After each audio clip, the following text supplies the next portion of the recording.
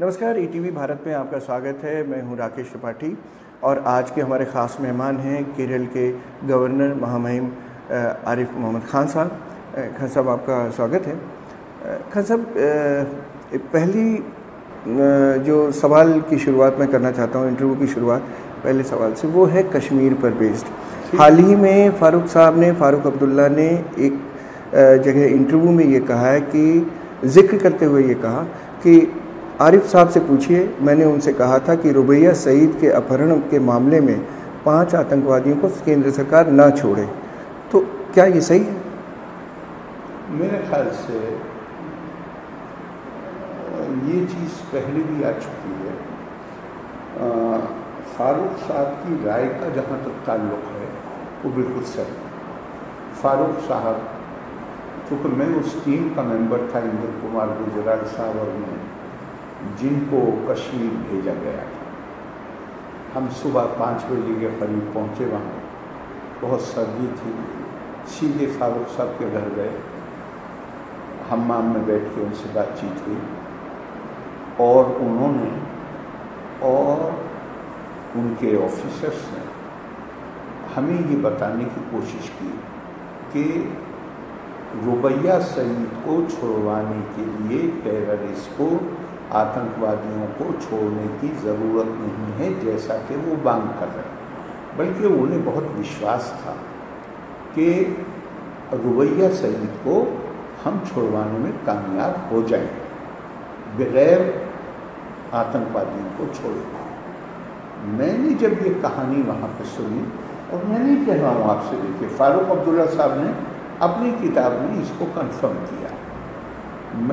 मैं हैरत में रह गया जब मैंने फारूक साहब की कहानी सुनी। मैं दिल्ली से जो गया था वो इस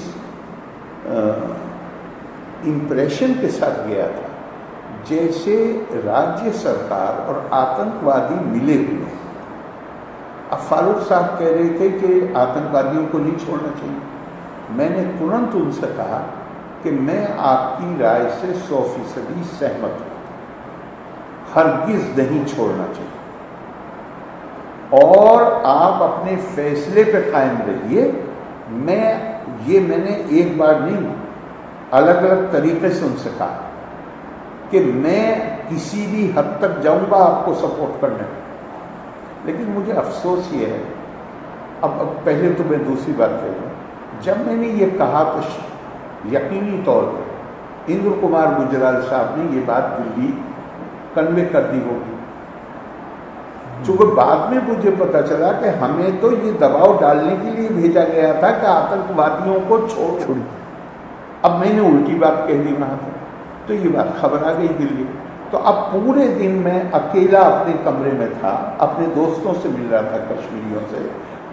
मेरे साथ बहुत लोग पढ़ते थे अलीगढ़ में, और किसी के घर खाना भी खाने गया। और जो बात मीटिंग में फारूक साहब और उनके अफसरान बता रहे थे, वही बात मुझे कश्मीरियों ने कही। बाद में मूसा रजा चीफ सेक्रेटरी की किताब में भी वही बात कही गई। कश्मीरियों ने मुझे बताया कि आरिफ साहब, कश्मीर का माहौल अलग है। अगर यहाँ लड़की को हाथ लगा दिया, अगर मैन हैंडलिंग करी उसकी, तो एक एक आतंकवादी को ढूंढ ढूंढ के लोग मार डालेंगे और आतंकवादी बचेंगे नहीं यहाँ। इसलिए इनके दबाव में मत आइएगा। ये कश्मीरियों की आम राय थी, कम से कम उनकी, जिनको मैं जानता हूँ। लेकिन अब मुझे कुछ पता नहीं है कि दिन भर क्या हुआ, क्योंकि मुझे तो लूप से अलग कर दिया गया। 5 बजे इत्तला मिली कि आतंकवादियों को छोड़ दिया। तो अब इसका क्या मतलब हुआ? इसका मतलब ये हुआ कि फारूक साहब, यहां तक जो वो कह रहे कि वो खिलाफ थे, ये बात बिल्कुल सही, लेकिन दिल्ली के दबाव के आगे वो अपनी राय पर कायम नहीं रह सकते। आकाश, उन्होंने बीच में ही मुझे एक बार कांटेक्ट किया होता दिन भर कि भाई मेरे ऊपर तो दबाव बहुत ज्यादा है, तो शायद मैं भी उन्हें कुछ राय देता। मुझसे तो किसी ने बात ही नहीं करी सुबह 5 बजे के बाद, क्योंकि मैंने खुल के अपनी राय दे दी थी। आतंकवादियों को अगर छोड़ा जाएगा तो ये इससे बड़ी समस्या बन के उभरेगी और हिम्मतें बढ़ जाएंगी। तो who was calling the shots? Naturally Delhi government, naturally. वो तो फारूक साहब ने मुझे मुफ्ती सईद मुझसे नाम मत लिवाइए, वो तो उन्होंने अपनी किताब में लिखा हुआ। मुफ्ती सईद होम मिनिस्टर थे। मैंने पहली मीटिंग में, जिस दिन बच्ची की किडनैपिंग हुई, मैंने पहली मीटिंग में ये कहा कि और भी दुनिया में देश हैं जहां मिनिस्टरों के रिश्तेदारों की किडनैपिंग हुई है टेररिस्ट आतंकवादियों के जरिए, उनसे हमें कुछ सीखना चाहिए।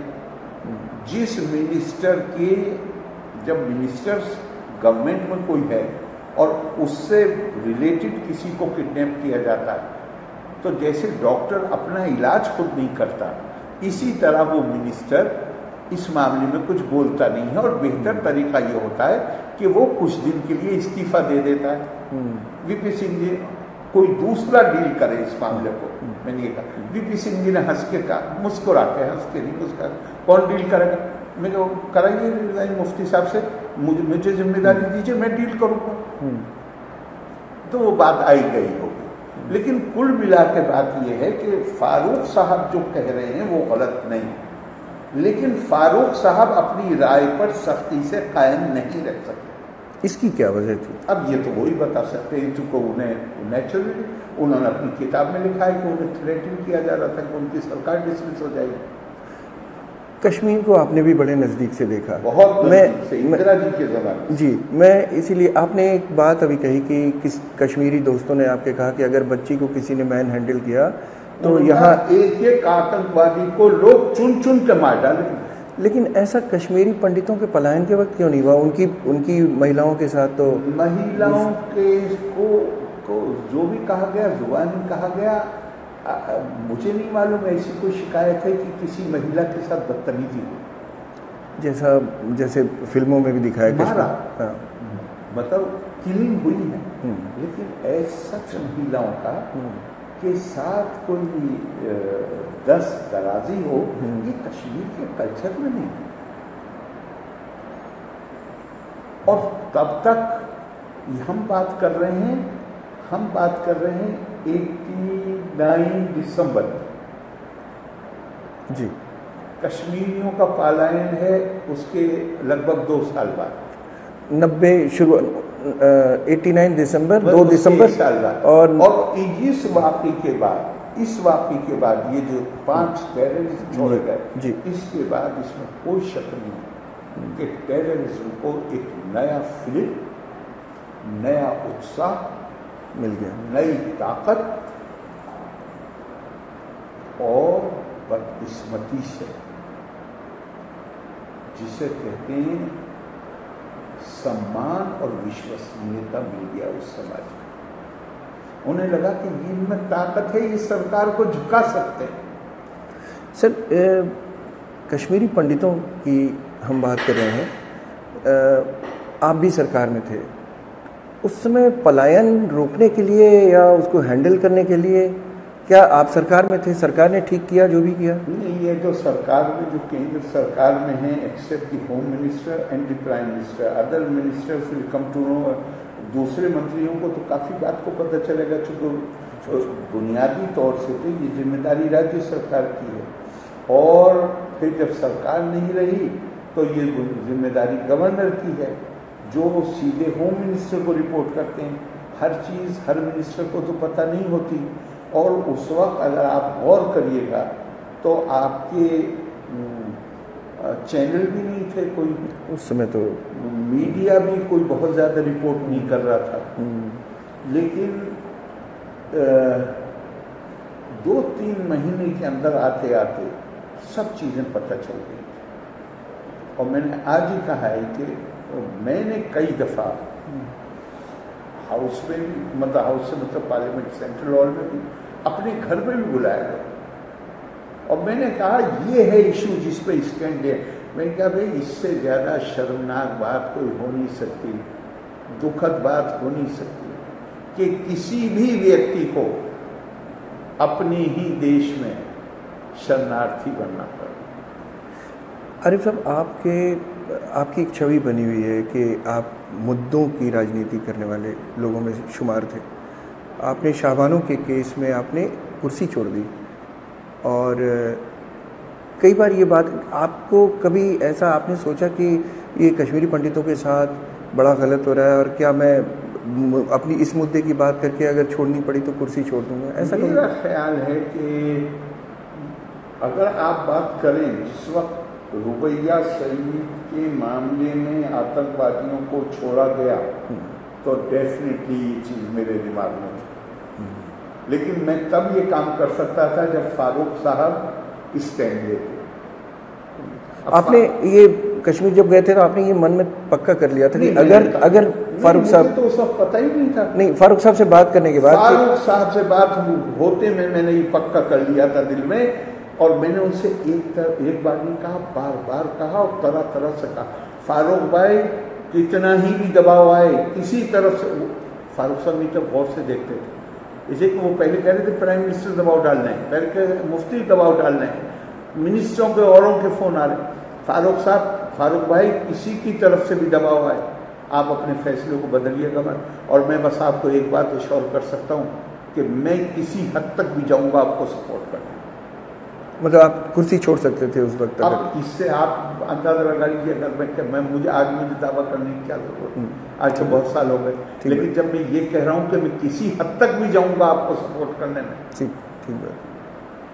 मगर वो उन्होंने तो दिन में मुझसे मशवरा, उन्होंने बिल्कुल सही बात है जो वो कह रहे हैं, उन्होंने हम्माम में बैठ के यही कहा कि वो टेररिस्ट के खिलाफ है। मैंने उनसे कहा मैं आपके साथ हूँ, और अगर आप पे दबाव आता है और आप अपनी राय पे कायम रहते हैं, मैं किसी हद तक भी जाऊंगा, लेकिन वो अपनी राय पे कायम नहीं रहे। एक आखिरी सवाल पूछ रहा था कि हाल ही में उन्होंने ये भी कहा, उन्होंने जगमोहन के ऊपर सारी चीज़ें डाल दी। अब जगमोहन तो है नहीं जवाब देने के लिए, तो आपको क्या लगता है, आप तो बड़े क्लोजली आपने वॉच किया था उस समय सारी सिचुएशन को, क्या जगमोहन इसके लिए जिम्मेदार थे? मैं किसी के बारे में, और ख़ासतौर से जैसा आप कह रहे हैं जो नहीं रहे, लेकिन मैं एक बात मानता हूँ, और वो ये मैं मानता हूँ कि तेरे देश की आज़ादी के बाद जब पाकिस्तान ने घुसपैठिए भेजने की कोशिश की, उस वक्त कश्मीर में नेतृत्व ऑफिशियली महाराजा थे, लेकिन शेख साहब बहुत पॉपुलर लीडर थे।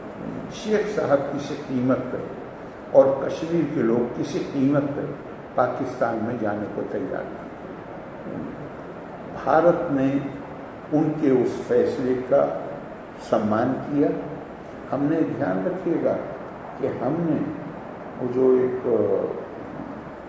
कॉन्स्टिट्यूशनल डिवाइस थी कि जो सेवाएं ब्रिटिश सरकार द्वारा दी जा रही हैं प्रिंसली स्टेट्स को, वो सक्सेसर स्टेट्स थे, तो हमने उसको दस्तखत करने से इनकार कर दिया था। पाकिस्तान में तो, कश्मीर वैली में तो, और जम्मू में भी 15 अगस्त 1947 के बाद उन सेवाओं पर जो ब्रिटिश सरकार देती थी, पाकिस्तान का झंडा लहरा रहा था।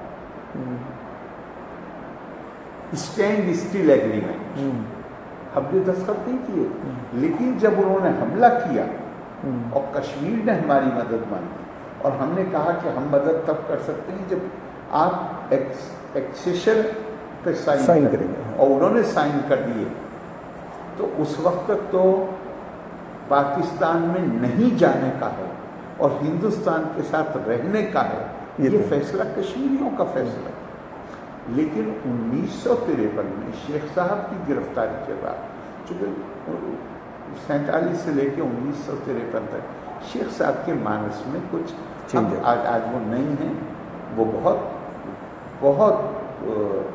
लोकप्रिय नहीं, मैं उनके लिए कोई ऐसे शब्द नहीं प्रयोग करना चाहता जिससे उनके सम्मान में कोई लगे कि मुझे कोई कमी आई है, लेकिन उनके मन में कहीं संदेह पैदा हो गए।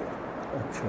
और वो सरकार को जो रिपोर्टें मिली उसके मुताबिक सरकार को कार्रवाई करनी पड़ी, और उस कार्रवाई, और ये और ध्यान रखिएगा कि पहला इलेक्शन जो शेख साहब के नेतृत्व में हुआ वो वैली के अंदर इलेक्शन नहीं हुआ। वैली में तो जितने भी कैंडिडेट थे सबके नॉमिनेशन पेपर रिजेक्ट कर दिए गए, सारे कैंडिडेट अनअपोज जीते। तो आपने इलेक्शन, फेयर इलेक्शन की बुनियाद खराब कर दी। रिग्ड। भले ही आप पॉपुलर थे, आप अगर कहते कि पेन को मैं खड़ा कर रहा हूँ तो वो भी जीतता, इसमें कोई शक नहीं था, लेकिन आपने इलेक्शन नहीं किया। अब जब 53 में चूंकि आपने बुनियाद डाल दी अनफेयर इलेक्शन की, तो 53 में जो लोग आए शेख साहब की गिरफ्तारी के बाद, जाहिर है वो तो पॉपुलर नहीं थे, लेकिन उन्होंने उस परंपरा को जारी रखा। अच्छा। रिग्ड इलेक्शन वो होता रहा। इसीलिए मुरारजी भाई 1977 में कश्मीरी कहते थे ये पहला इलेक्शन है जिसे हमने वोट दिया वो जीता। और मुरारजी भाई की पार्टी नहीं जीती, लेकिन मुरारजी भाई की पॉपुलैरिटी कमाल की थी। पहला फेयर इलेक्शन कहते हैं, कश्मीरी कहते थे। फिर दूसरा हुआ जब अटल जी थे, इसलिए अटल जी के लिए भी बड़ी इज्जत कश्मीरी करते थे। तो ये घटनाएं एक घटनाक्रम है जिसको चंद वाक्यों में नहीं बताया जा सकता। लेकिन फारूक साहब कहते हैं जगमोहन इसके लिए जिम्मेदार हैं। अब फारूक साहब की राय है, हम फारूक साहब की राय को कैसे ना हम एग्री कर सकते हैं ना हम डिसएग्री कर सकते हैं।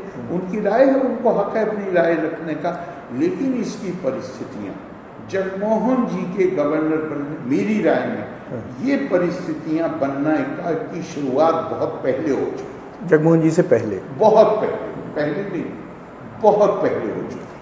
क्योंकि जब समाज में विश्वास का, जैसे कहते हैं ना, कॉन्फिडेंस का डेफिसिट होगा, समझ गए, तो फिर जरा समस्याएं तो उत्पन्न होती हैं। बहुत बहुत शुक्रिया।